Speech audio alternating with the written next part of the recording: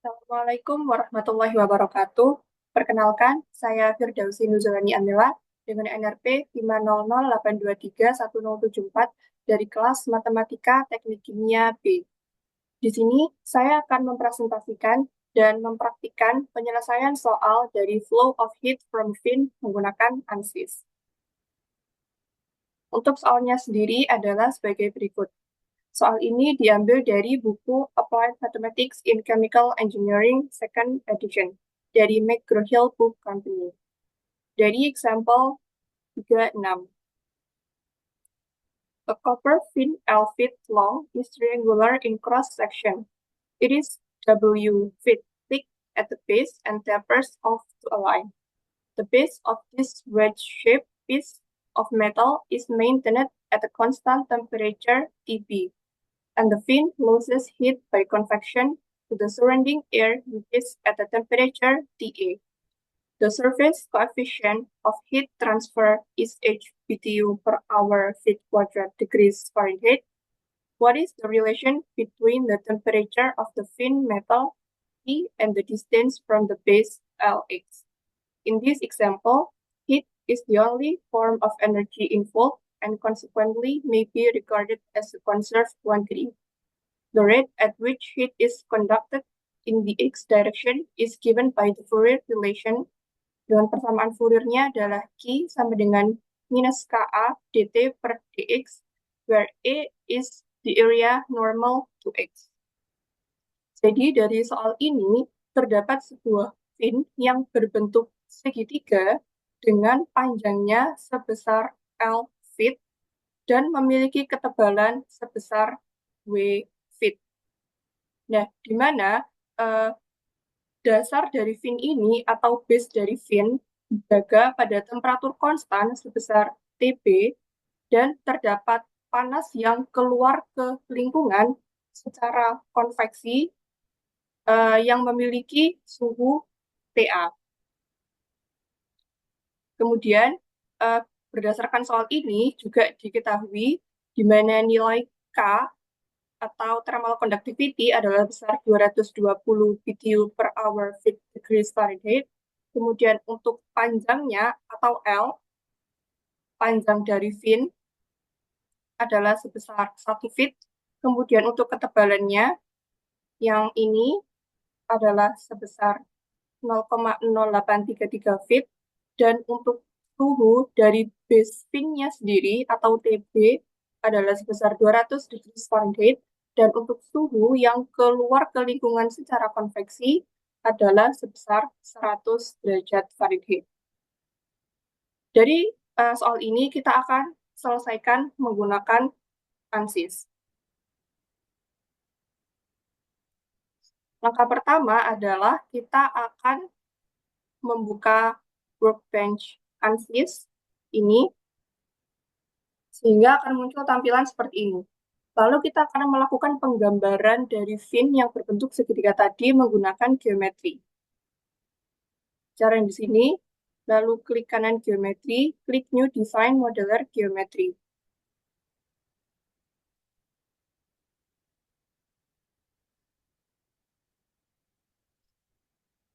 Nah, kemudian kita akan membuat gambar dari fin yang berbentuk segitiga tadi dengan menggunakan bangun dasar, base dasar berupa box.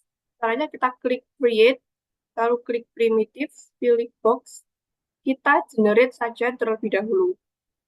Nah, kemudian karena di soal di sini menggunakan satuan feet dan juga inch, maka kita akan ubah unitnya. Kita akan ubah unit dari meter menuju ke inch. Lalu kita masukkan sesuai data yang ada di soal, di mana untuk sumbu X-nya adalah kita masukkan 12 inch, lalu untuk sumbu Y-nya 1 inch, dan untuk sumbu Z-nya 12 inch. Lalu kita klik Generate. Untuk memperbesar, kita bisa zoom to fit. Nah, ini merupakan penggambaran awal dari balok yang akan kita ubah nantinya menjadi bentuk segitiga dengan cara kita akan memotong balok ini sedemikian rupa sampai bentuknya nanti seperti pin yang ada di soal, yaitu berbentuk segitiga. Nah, caranya adalah kita potong dulu menjadi dua bagian yang sama besar. Caranya di sini kita bikin plane baru. Klik create, new plane, type-nya from plane, kemudian untuk base plane-nya adalah ZX, karena kita akan potong di sumbu ZX. Kemudian untuk transform-nya kita ubah ke offset global Y. Untuk ukurannya kita pilih 0,5 karena kita akan memotong uh, bangun balok ini menjadi dua bagian yang sama besar, sehingga kita potong 0,5 inch. Lalu klik saja generate.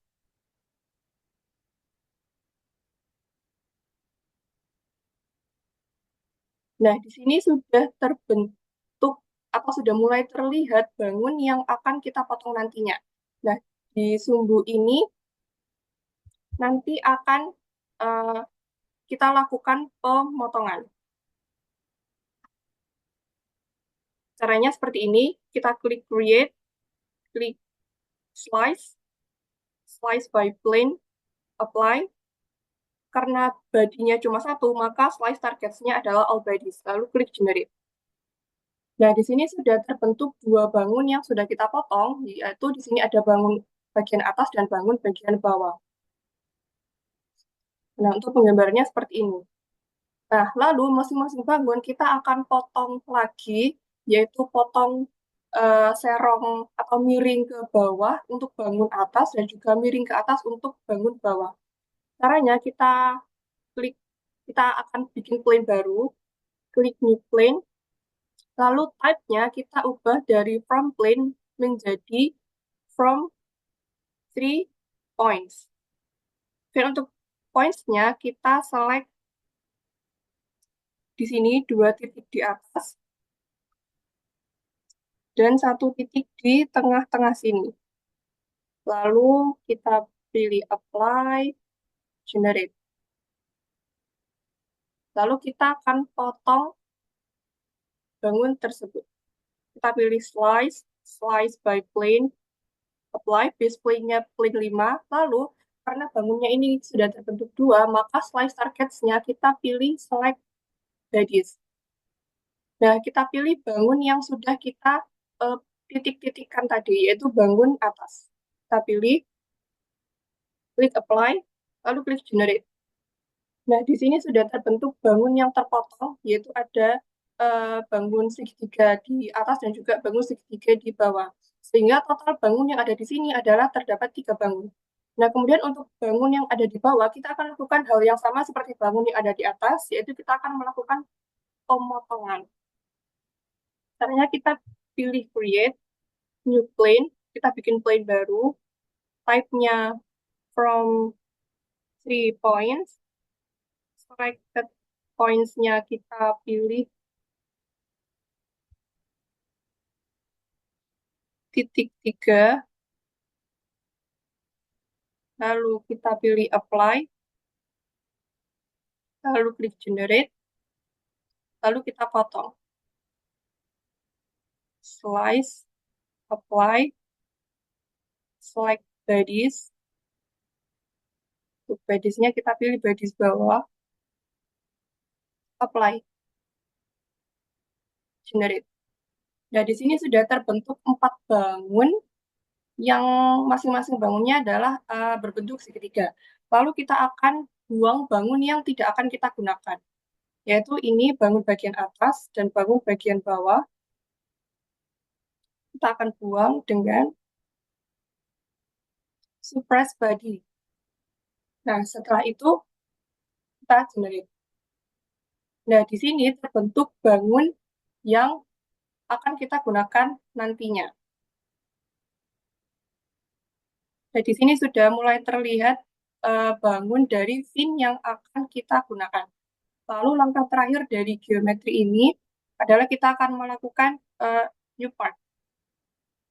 Nah, di sini klik bangun yang sudah terbentuk, lalu klik kanan from new part, klik generate.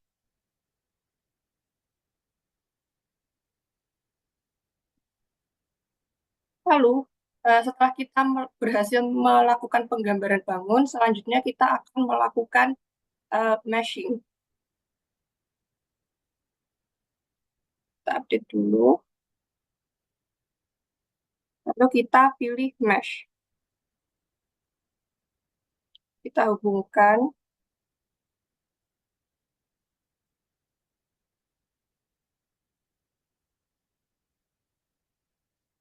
Kita tunggu sampai aplikasi dari mesh-nya terbuka.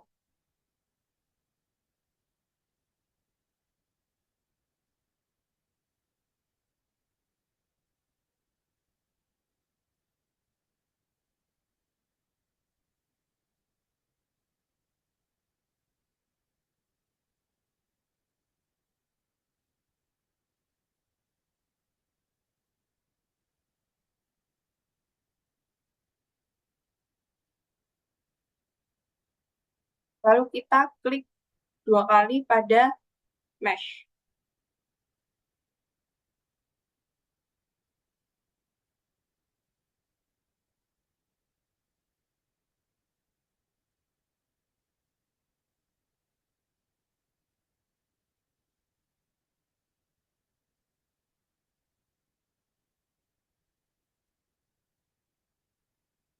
Nah, di sini terlihat bangun yang sudah kita buat dari geometri tadi.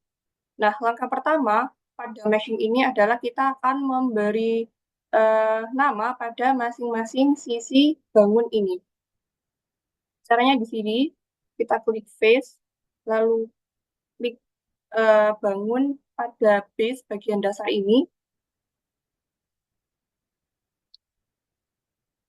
lalu kita create name selection. Kita pilih face 1.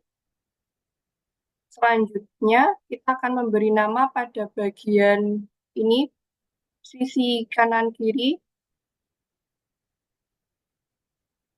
Kita pilih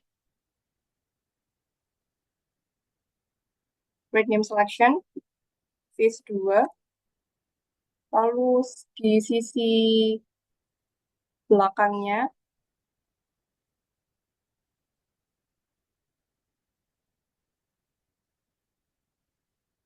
create name selection, face 3. Lalu untuk sisi bagian atas, create name selection, face 4. Lalu untuk bagian bawah,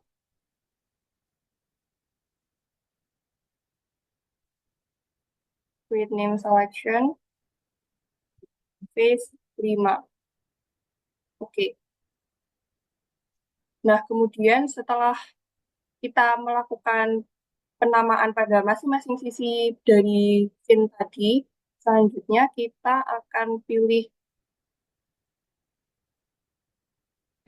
di sini, klik kanan mesh, lalu klik insert method, kemudian untuk bodinya kita pilih to bodies. Nah, untuk metodenya kita ubah menjadi multi zone. Kita klik generate.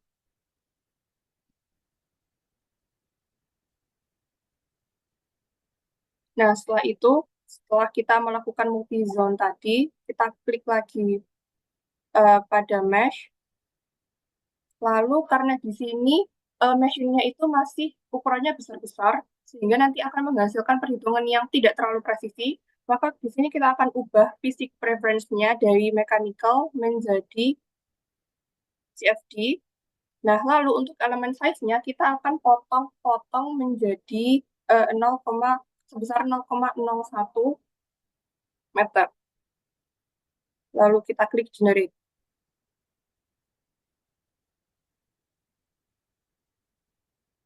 Nah, di sini sudah terbentuk dari meshing atau pembagian dari fin itu sendiri.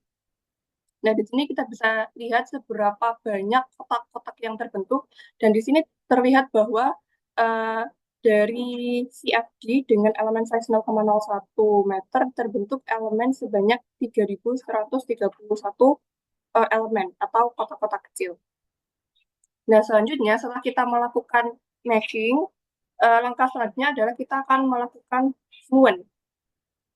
Di sini kita kembali ke workbench, lalu kita pilih fluent, kita hubungkan mesh ke setup, kita update di bagian mesh. Nah, setelah terupdate, kita langsung saja klik setup. Untuk solver proses, kita pilih 4, klik start.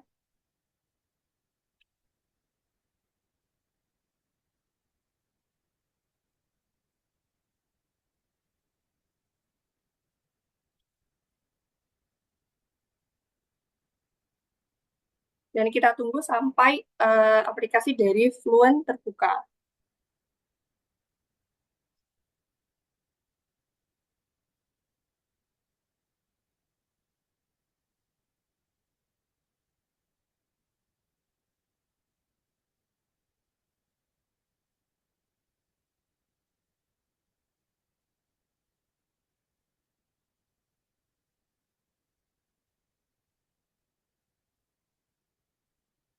Nah, kemudian setelah aplikasi dari Fluent terbuka, kita masuk ke models, dan energinya kita on-kan.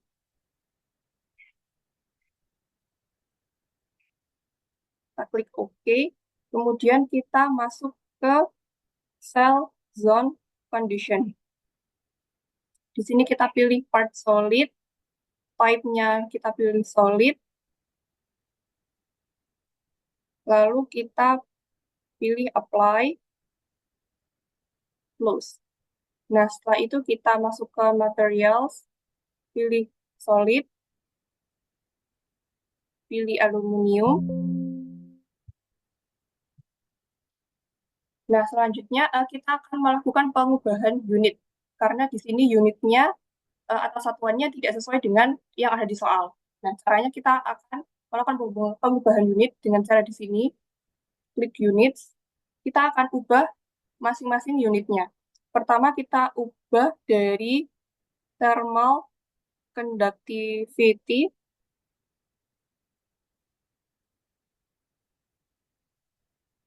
yaitu sebesar BTU per hour feet degrees Fahrenheit, lalu ke temperature sebesar Fahrenheit, lalu ke heat flux sebesar BTU, lalu heat transfer coefficient BTU per hour feet kuadrat Fahrenheit, lalu ke area feet kuadrat, lalu ke length panjang,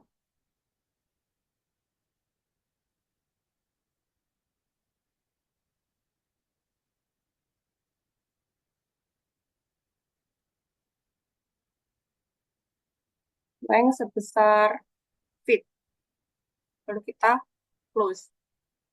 Nah, untuk thermal conductivity-nya sendiri, berdasarkan di soal, diketahui sebesar 220 BTU per hour feet degrees Fahrenheit.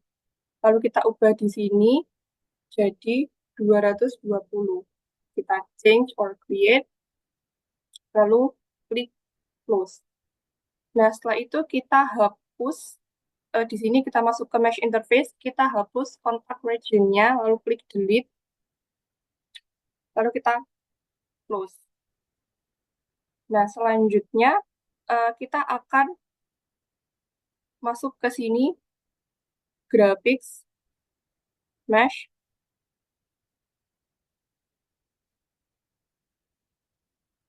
dan kita akan coba buka di boundary condition.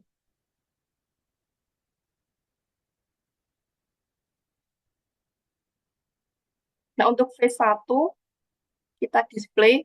Nah, phase 1 sendiri adalah bagian yang akan berkontak atau bagian yang dijaga suhunya konstan pada TB, yaitu 200 Fahrenheit. Sehingga di sini untuk boundary condition-nya, di V1 kita klik edit, type-nya adalah wall, tetap.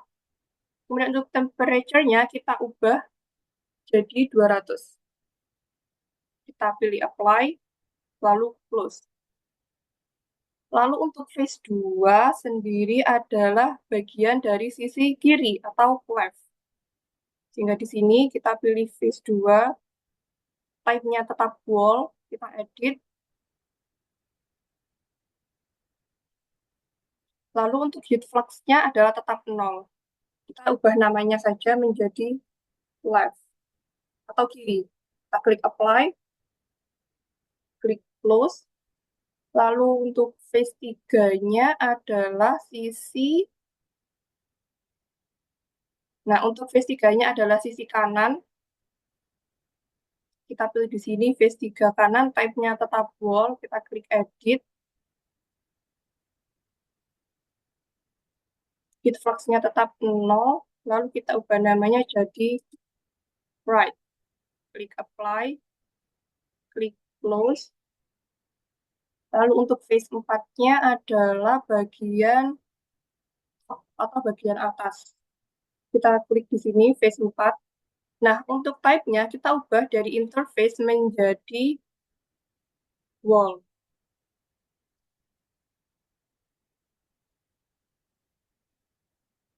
Jadi wall. Setelah itu kita ubah namanya jadi top. Nah, karena sisi atasnya tadi akan menyebarkan panas secara konveksi, kita ubah di sini. Untuk heat transfer coefficient-nya berdasarkan soal, itu sebesar 2.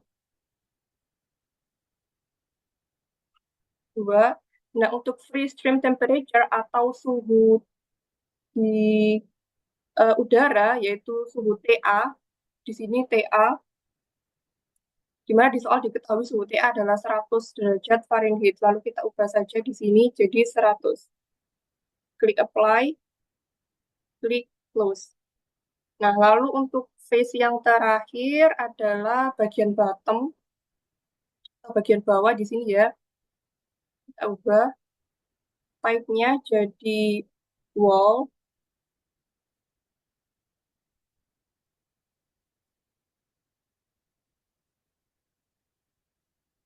Nah, kita ubah namanya jadi bottom.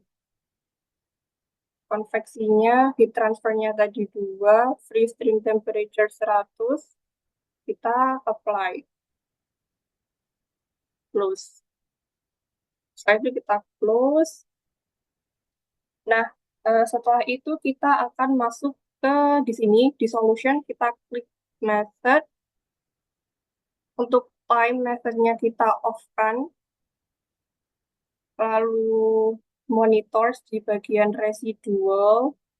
Nah, untuk bagian energinya kita ganti menjadi pangkat minus 10.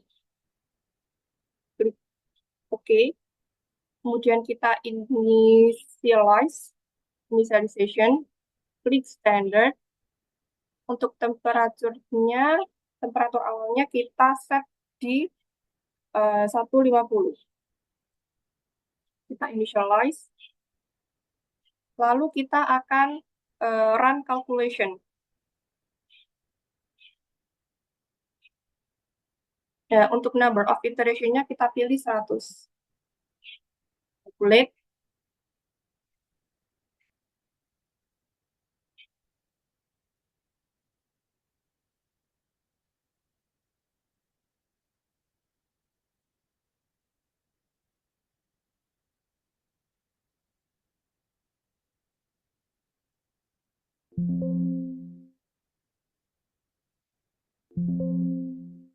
Nah, setelah itu kita bisa lihat di bagian grafiknya belum. Nah, setelah iterasinya selesai, kita akan masuk ke di sini di reports, surface integrals. Untuk report type-nya adalah area. Kemudian kita akan pilih bagian yang dijaga temperatur konstannya tadi, yaitu di bagian V1. Kita compute.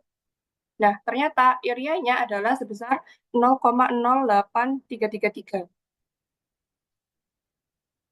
Kita bisa masukkan dulu di sini. Untuk area-nya tadi adalah sebesar 0,083333. Nah, lalu kita di sini bisa pilih area weight average, field-nya di wall flux, kemudian di sini di total surface heat flux. Lalu kita pilih V1, kita klik compute, dan hasilnya adalah 4351,54. 4351,54. Sehingga di sini kita bisa hitung untuk nilai T atau nilai panasnya. Yaitu di sini 0,083 kita kalikan 4351. Nah, hasilnya adalah sebesar 362,6269. Kita akan melakukan plot atau pembuatan grafik. Caranya di sini, di surface, kita klik create, lalu klik line. Nah, untuk surface-nya sendiri atau lainnya, kita akan membuat di tepat tengah-tengah yang ada di bidang ini. Caranya di sini, untuk X0-nya tetap 0, kemudian Y0-nya 0,5, Z06, dan X1-nya 12, kemudian Y1-nya 0,5, kemudian Z1 6. Lalu kita klik create. Nah, setelah itu kita klik close. Nah, kemudian di bagian plot ini, di XY plot, kita klik XY plot. Lalu plot direction-nya uh, kita tetapkan di arah X, yaitu tetap di X sama dengan 1. Kemudian Y axis function-nya, di sini kita pilih yang wall flux, di total surface heat flux, kemudian kita pilih yang line. Save plot. Oh, maaf. Di sini berarti Y axis function-nya ada di temperature. Save plot. Nah, sehingga untuk plotnya sendiri adalah sebagai berikut. Di mana untuk posisi di 0 inch, di sini temperaturnya adalah sebesar 2 kali 10 pangkat 0 kali 10 pangkat 2 Fahrenheit. Kemudian untuk di tempat 12 inch suhunya turun menjadi 1,8 kali 10 pangkat 2. Kemudian berdasarkan grafik ini kita bisa buat menjadi di Excel. Caranya di sini di XY plot tadi, di sini XY plot, kemudian kita pilih XY plot yang tadi, kita pilih write to file, kita pilih write, nah, lalu kita bisa masukkan namanya menjadi misal spin graph.txt. Kita pilih OK. Nah, selanjutnya kita bisa di sini. Kita buka Excel, lalu pilih File, lalu pilih Open, pilih Browse. Di data D, di bagian All Files, kita klik Find Graph. Kita pilih Next, Next, Finish. Nah, sehingga akan muncul tampilan seperti ini. Nah, di sini bagian XY-nya itu masih dalam bentuk meter dan untuk suhunya ini masih dalam bentuk Kelvin, sehingga kita perlu ubah dulu menjadi bentuk inch dan derajat Fahrenheit seperti berikut. Nah, di sini di posisi 0,2 meter, yaitu posisi inch-nya 8,6, kemudian untuk suhu 308 Kelvin, berarti suhu Fahrenheit-nya adalah 186. Nah, berdasarkan data ini, kita bisa buat grafik seperti ini. Seperti ini, di mana sumbu X-nya adalah posisi dalam inch, dan sumbu Y-nya adalah suhu dalam derajat Fahrenheit. Nah, di sini kita bisa lihat dari flow-nya bahwa di sini grafiknya itu sama dengan grafik yang ada di Excel. Di mana pada posisi 0 inci suhunya adalah 200 derajat Fahrenheit dan untuk posisi 12 inch suhunya adalah 181,4072 derajat Fahrenheit. Nah, kemudian untuk perhitungannya sendiri, untuk perhitungan panas dari ANSI solution tadi, caranya di report surface integrals, caranya seperti yang tadi, lalu kita pilih phase yang berkontak atau phase yang dijaga suhunya, kita pilih area, compute, suhu, areanya adalah 0,083, kita bisa masukkan 0,083 di sini, kemudian dikali dengan area weight average. Pilih wall flux, lalu pilih total surface heat flux, P1, compute, dan hasilnya uh, seperti yang tadi, yaitu 4351,54, sehingga kalau dikali hasilnya adalah 362,6269. Dan untuk penggambaran grafiknya adalah seperti ini.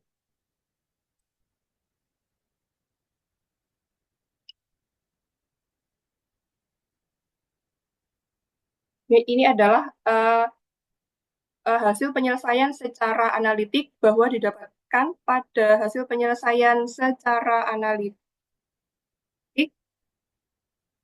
didapatkan nilai sebesar 362,1685 menggunakan fungsi Bessel dan berdasarkan ANSYS nilainya adalah 362,6269 dan itu tidak terlalu jauh.